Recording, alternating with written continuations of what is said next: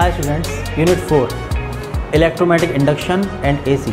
इसमें हम लोग डिस्कस कर रहे थे अल्टरनेटिंग करंट। अल्टरनेटिंग करंट वाले चैप्टर में हम लोग डिस्कस कर रहे थे एसी सर्किट्स। अब तक मैंने आप लोगों को 6 सर्किट्स बता दिए। आज 7 सर्किट है, लास्ट सर्किट LCR सर्किट। देखिए LCR सर्किट,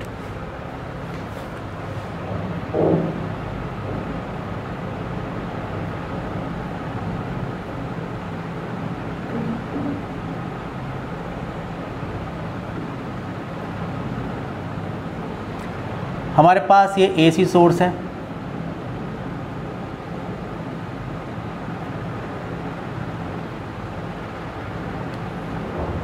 और ये सर्किट है, इसमें तीनों एलिमेंट हैं। इसमें एक ओमिक रेजिस्टेंस भी है, एक कैपेसिटर भी है और एक इंडक्टर भी है। तीनों चीज़ों का सीरीज कॉम्बिनेशन है। तो आप लोग 3 एलिमेंट लगाएंगे यहाँ पर, एक एलिमेंट यहाँ लगाएंगे, एक एलिमेंट यहाँ लगाएंगे और लास्ट एलिमेंट यहाँ पर लगा देंगे। आप देखेंगे कि जो सोर्स वोल्टेज है यह है V = V0 sin ω t। यहाँ पर आप एक ओमिक रेजिस्टेंस लगा देंगे R, यहाँ पर एक कैपेसिटर लगा देंगे C, और यहाँ पर एक इंडक्टर लगा देंगे जिसका सेल्फ इंडक्टेंस होगा कैपिटल L। LCR या RCL कुछ भी कह सकते हैं। ये सर्किट हो जाएगा हमारे पास। अब जब पॉजिटिव हाफ साइकिल, जब ये पॉजिटिव ये नेगेटिव करंट फ्लो होगी ऐसे, नेक्स्ट हाफ साइकिल में ये पॉजिटिव ये नेगेटिव करंट फ्लो होगी ऐसे। करंट की डायरेक्शन दोनों तरफ है, इसलिए डॉट से रिप्रेजेंट कर रहा हूँ। सीरीज कॉम्बिनेशन है, इसलिए करंट सेम होगी। जो इस रेजिस्टेंस R में होगी वही इस कैपेसिटर C में होगी, वही इंडक्टर L में होगी। सीरीज कॉम्बिनेशन में करंट सेम होती है लेकिन वोल्टेज सेम नहीं होते हैं। इसके अक्रॉस वोल्टेज मान लीजिए V∪R है, इसके अक्रॉस वोल्टेज मान लीजिए V∪C है, इसके अक्रॉस वोल्टेज मान लीजिए V∪L है। तो V = I × R, तो I, और इसका रेजिस्टेंस कितना है R, तो I × R ये हो जाएगा। फिर V∪C, इसका रेजिस्टेंस कितना होगा XC, कैपेसिटिव रिएक्टेंस याद होगा आप लोग XC से रिप्रेजेंट करते हैं, तो हो जाएगा I × XC ये हो जाएगा। और आप देखिए कि जो इसका इंडक्टर का रेजिस्टेंस होता है ये होता है इंडक्टिव रिएक्टेंस, इसको हम XL से रिप्रेजेंट करते हैं, तो हो जाएगा I × XL ये वाला वोल्टेज हो जाएगा। तो ये 3 वोल्टेजेस होंगे। आप देखिए कि मुझे निकालना होता है सबसे पहला काम यहाँ पर कि जो रिजल्टेंट वोल्टेज है, तो हम निकाल सकते हैं। फेजर डायग्राम बनाना पड़ेगा उसके लिए पहले आप लोगों को पहले हम बनाएंगे फेजर डायग्राम। देखिए कैसे बनेगा फेजर डायग्राम।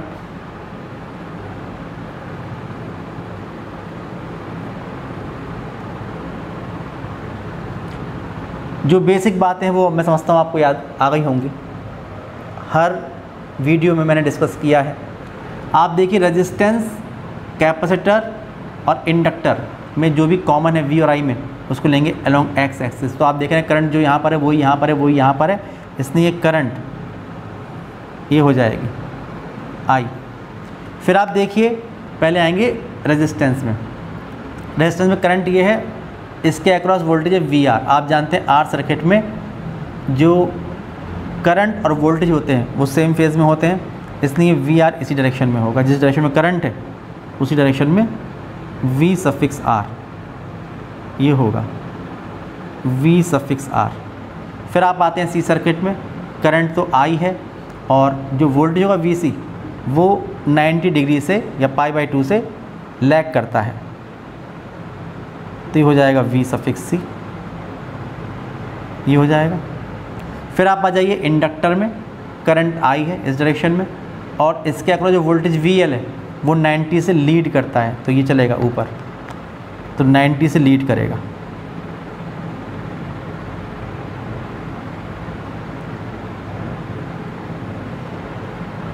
ये होगा VL, ये पॉइंट है O। आप देखिए कि इस पॉइंट O पर 3 वोल्टेजेस हैं, VR इस तरफ है, VC इधर है, VL इधर है। और आप जानते हैं कि ये रोटेटिंग वेक्टर्स होते हैं, वेक्टर क्वांटिटी हैं। इसका रिजल्ट निकालने के लिए हम लोग वेक्टर सम करेंगे, यानी कि vector v is equal to vector V R plus vector V L plus vector V C. सबसे पहले वी एल और वी सी रिजल्ट देखेंगे, तो वी एल इधर है, वी सी अपोजिट डायरेक्शन में, इसलिए सब्ट्रैक्ट कर देंगे इसको यहाँ से। तो ये जो आएगा, ये सब्ट्रैक्शन के बाद इन दोनों का जो डिफरेंस होगा ये होगा V L difference V C. Difference वाला कॉन्सेप्ट मैंने बताया था आपको लास्ट वीडियो में। मैंने बताया था कि ज़रूरी नहीं है कि वी एल ही ज़्यादा हो हमेशा, कभी वी सी ज़्यादा हो सकता है, तो फिर ये इधर की तरफ आएगा, V C minus V L होगा, इधर होगा तो V L minus V C होगा, इसलिए डिफरेंस का साइन लगाना चाहिए। जो भी ज़्यादा होगा उसमें से कम वाले सब्ट्रैक्ट कर देंगे। अब दो चीज़ें बची, V L difference V C and V R, तो इसको हम लोग पैराग्राम मेथड से सॉल्व कर लेंगे। इसके पैरेलल ये लाइन और इसके पैरेलल ये लाइन डायगोनल बना लेंगे, तो ये आएगा रिजल्टेंट वोल्टेज। और आप देखिए कि यहाँ पर इस केस में V लीड कर रहा है करंट से, और जो फेज़ एंगल दोनों के बीच का ये है फाई। वही सब बातें जो पहले हम तब तक निकालते आए हैं। सबसे पहले रिजल्टेंट वोल्टेज देखिए, तो जो रिजल्टेंट वोल्टेज V है वो VR और VL डिफरेंस VC का वेक्टर सम है। तो आप लिखेंगे कि रिजल्टेंट वोल्टेज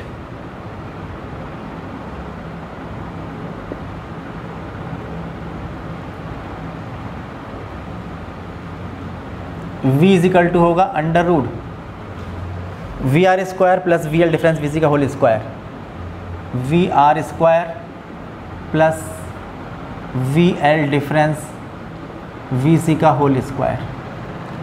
ये आएगा पहला फॉर्मूला हमारे पास रिजल्टेंट वोल्टेज का। फिर आप जानते हैं कि इम्पीडेंस, अगर एक से ज़्यादा एलिमेंट लगे हुए लगे हैं, आप देखिए आर सी एल तीनों लगे हुए हैं, तो आप जानते हैं जो V अपॉन आई होता है वो इस सर्किट के इम्पीडेंस को रिप्रेजेंट करता है, यानी रेजिस्टेंस को रिप्रेजेंट करता है, उसको हम इम्पीडेंस कहते हैं। तो आप आई लाने के लिए जहाँ पर वी आर लिखा है वहाँ पर आई इंटू आर, जहाँ वी एल लिखा है वहाँ आई इंटू एक्स एल, जहाँ वी सी लिखा है वहाँ I into X C put कर दीजिए। आप लिखेंगे पुटिंग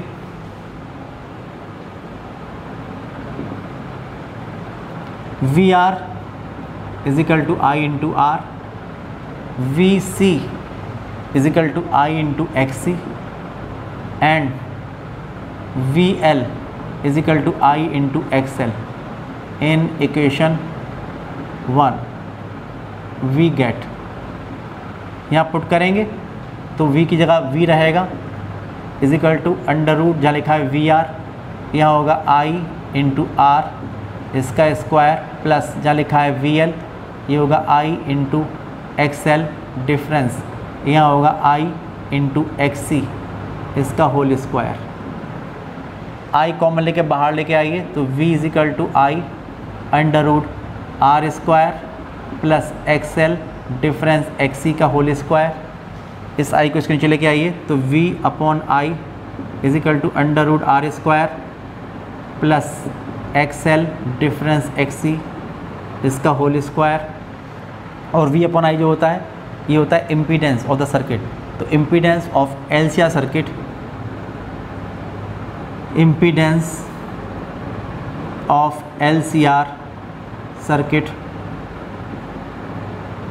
ये हो जाएगा Z is equal to under root R square plus X L difference X C का होल स्क्वायर। आप जानते हैं एक्स एल होता है ओमेगा एल, एक्स सी होता है 1 अपॉन ओमेगा सी। वैल्यू लगा दीजिए यहाँ पर, तो Z is equal to under root R square plus omega into L difference 1 upon omega into C का होल स्क्वायर। ओमेगा होता है 2 पाई एफ, तो लिखेंगे Z is equal to under root R square plus 2 pi F L difference 1 upon 2 pi F C इसका whole square. ये होगा, आप जानते हैं कि इसकी यूनिट होगी वो ओम होगी, ऐसा यूनिट इसकी ओम होगी।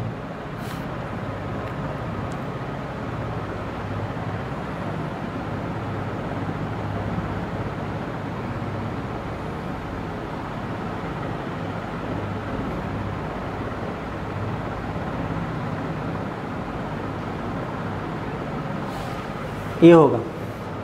फिर अब आप बात करते हैं फेज़ डिफरेंस की। V और आई के बीच जो फेज डिफरेंस है वो आप देख रहे हैं फाई है, फाई को निकाल सकते हैं। आप लिखेंगे if phi be the phase difference between net voltage and current I, आप लिखेंगे कि if phi be the phase angle between resultant voltage V and current I, then तो आप देखेंगे कि इस ट्रायंगल से देखेंगे टेंजेंट फाई, इस ट्रायंगल से, तो टेंजेंट फाई इक्वल टू ये जो होगा ये V L difference V C and this is V R, तो V L difference V C upon V R. Then from phasor diagram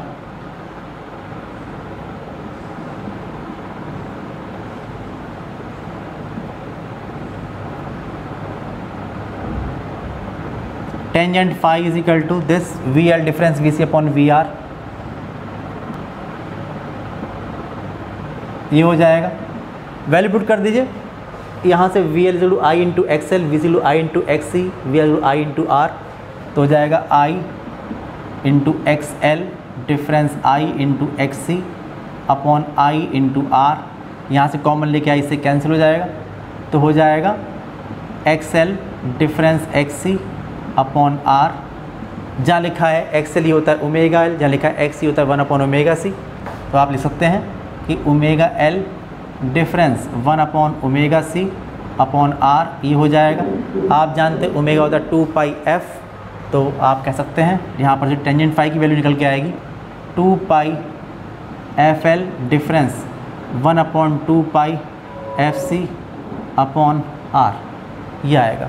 या आप जानते हैं जो फेज़ एंगल होगा यानी phase difference between V and I वो होगा फाई इज इक्वल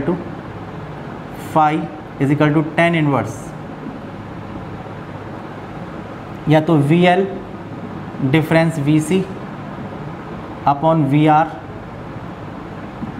या this one tan inverse X L difference X C upon R, या ये tan inverse omega L difference 1 upon omega C upon R, या tan inverse ये 2 pi F L difference 1 upon 2 pi F C upon R, ये दोनों के बीच का phase angle निकल के आएगा।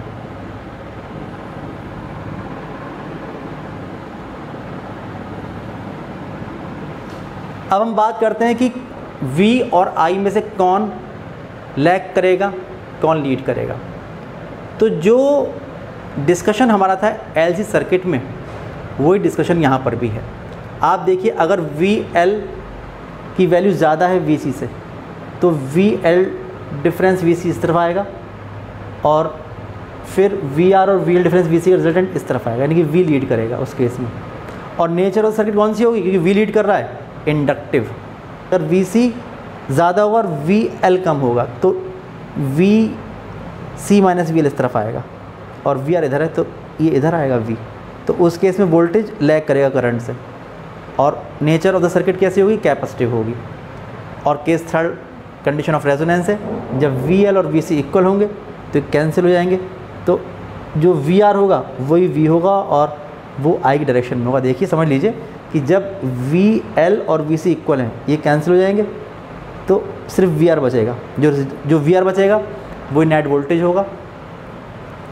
जब ये और ये इक्वल तो ये कैंसिल, तो ये ज़ीरो हो गया, V is equal to VR बचेगा खाली। तो उस केस में जो वोल्टेज और करंट होंगे वो सेम फेज़ में होंगे और फेज़ डिफरेंस कितना होगा, ज़ीरो होगा। And this is called condition of resonance. इसको हम डिस्कस करते हैं, बताता हूँ मैं आप लोगों को। आप देखिए कि केस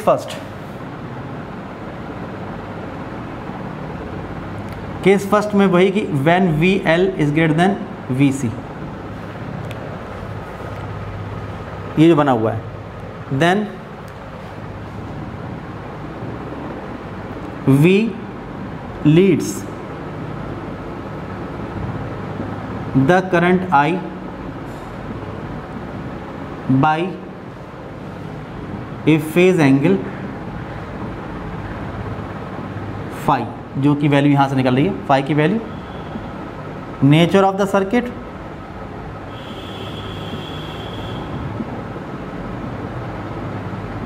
कैसी होगी, क्योंकि वी लीड कर रहा है तो इंडक्टिव। केस सेकंड देखिए,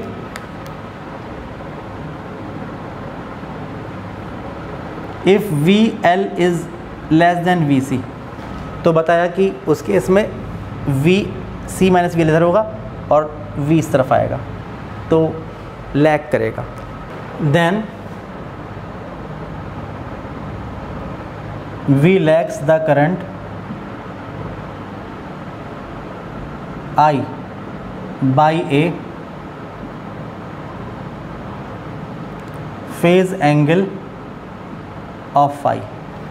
और नेचर कैसी होगी इस केस में, नेचर ऑफ द सर्किट, क्योंकि आप देख रहे हैं कि V लैग करेगा तो कैपेसिटिव, ये नेचर होगी। और case third condition of resonance के बारे में है। केस थर्ड ये है कंडीशन ऑफ रेजोनेंस। क्या मतलब हुआ, मतलब ये हुआ कि आप देखिए जब VL और VC इक्वल होंगे तो XL, क्योंकि VL और VC इक्वल है, VL कितना है I इंटू VL है I into XL, VC I into XC equal होंगे तो I से I cancel, XL is equal to XC हो जाएगा।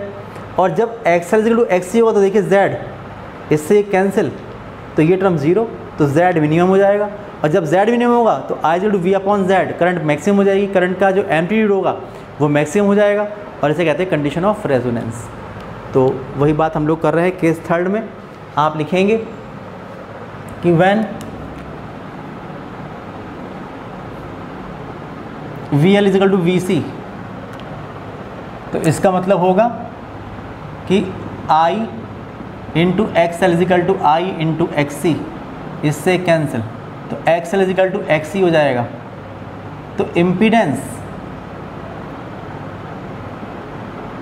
जो Z होगा ये होगा under root R square plus XL difference XC का होल स्क्वायर, इससे ये कैंसिल, तो Z is equal to R is equal to Z minimum, तो I is equal to V upon Z minimum जब करेंगे तो जो करंट हो जाएगी ये मैक्सिमम हो जाएगी। यहाँ पर जब रेजोनेंस होगा तो करंट मैक्सिमम होगी, पहली बात। और उस केस में जो फेज डिफरेंस है वो आप देखिए कि जब VL इजिकल टू VC हो जाएगा तो आप लिखेंगे एंड फाई इजिकल कितना होता है, tan inverse VL difference VC upon VR, और इससे कैंसिल, तो tan इनवर्स ज़ीरो, तो ज़ीरो, तो फाई कितना हो जाएगा, ज़ीरो। इसका मतलब V और I जो हो जाएंगे वो सेम फेज में हो जाएंगे। V and I will be in phase या इन सेम फेज। तो ये पहचान है कि जो हमारा सर्किट है उसमें रेजोनेंस हो गया है, इलेक्ट्रोमैग्नेटिक रेजोनेंस। तो उसके लिए जो कंडीशन है वो क्या होनी चाहिए, वो देखिए यहाँ से निकल के आएगी कि when XL is equal to XC, मान लीजिए कि ओमेगा नॉट एंगुलर फ्रीक्वेंसी पर या F नॉट फ्रीक्वेंसी पर रेजोनेंस हो रहा है, तो वो फ्रीक्वेंसी कितनी होनी चाहिए, XL कितना होगा, ओमेगा नॉट इंटू L, ये होगा 1 upon omega naught into C। तो ओमेगा नॉट कितना हो जाएगा, ओमेगा नॉट इजिकल टू जाएगा 1 अपॉन अंडर रूट LC, जो मैंने सॉल्व किया था पहले। ओमेगा नॉट था 2 pi F not is equal to 1 upon root LC, तो यहाँ से F नॉट निकल के आएगा 1 अपॉन 2 पाई रूट LC। तो ये जो होगा ये होगा एंगुलर रेजोनेटिंग फ्रीक्वेंसी और ये होगी रेजोनेंस फ्रीक्वेंसी। ये हमने बताया था आप लोगों को, ठीक है, ये आप लोग समझ जाइए। इसका मतलब ये हुआ कि जब हमारे सर्किट की फ्रीक्वेंसी, आपको पता है कि एल और सी की वैल्यू कितनी है, जब यहाँ से कैलकुलेट करेंगे और जब AC सोर्स की फ्रीक्वेंसी इस फ्रीक्वेंसी के इक्वल हो जाएगी, सर्किट फ्रीक्वेंसी इक्वल हो जाएगी, तो उस केस में सर्किट में ये इलेक्ट्रोमैग्नेटिक रेजोनेंस हो जाएगा, करंट मैक्सिमम हो जाएगी, वोल्टेज और करंट जो होंगे सेम फेज में हो जाएंगे, VL और VC इक्वल हो जाएंगे, जो V होगा वो VR के इक्वल हो जाएगा। ये होता है LCR सर्किट। आप देखिए, मैं आपको बता दूं इसके बारे में कि आप कोई भी जो सर्किट लेना चाहें, जो बचे हुए 6 सर्किट थे उसमें से आप ये सोचें कि हमें सब सर्किट के फॉर्मूले अलग याद करने हैं, तो ऐसा कुछ भी नहीं है। आप ये आप फार्मूला याद कर लीजिए और उसमें जो भी एलिमेंट नहीं है उसको हटा दीजिए, तो फार्मूला बन के आपके सामने आ जाएगा। ठीक है, जैसे कि मान लो मैं आपसे कहूँ RL सर्किट है, तो हटा दीजिए V = VR² + VL², Z = √R² + XL², phi = tan 1 VL/VR या XL/R। इस तरह से आप देख सकते हैं। यहाँ तक कि अगर आप देखिए LC सर्किट है तो इसको उठा दीजिए, V = VL difference VC, Z = XL difference XC और phi = XL डिफरेंस XC/0। इसका मतलब इनफाइनाइट 90 डिग्री का फेज डिफरेंस हो जाएगा। अगर आपसे कहा जाए केवल R सर्किट है तो आप देखिए इसको हटा दिए तो V = VR, Z = R और phi = कितना हो जाएगा, क्योंकि ये तो है नहीं तो ये 0, तो phi 0 हो जाएगा। तो आप लोग इस तरह से इन सारे फॉर्मूलों को याद कर सकते हैं। सारे फॉर्मूले बहुत इंपॉर्टेंट हैं, इनको आप याद करिएगा, न्यूमेरिकल प्रॉब्लम में आपको इसकी ज़रूरत पड़ेगी।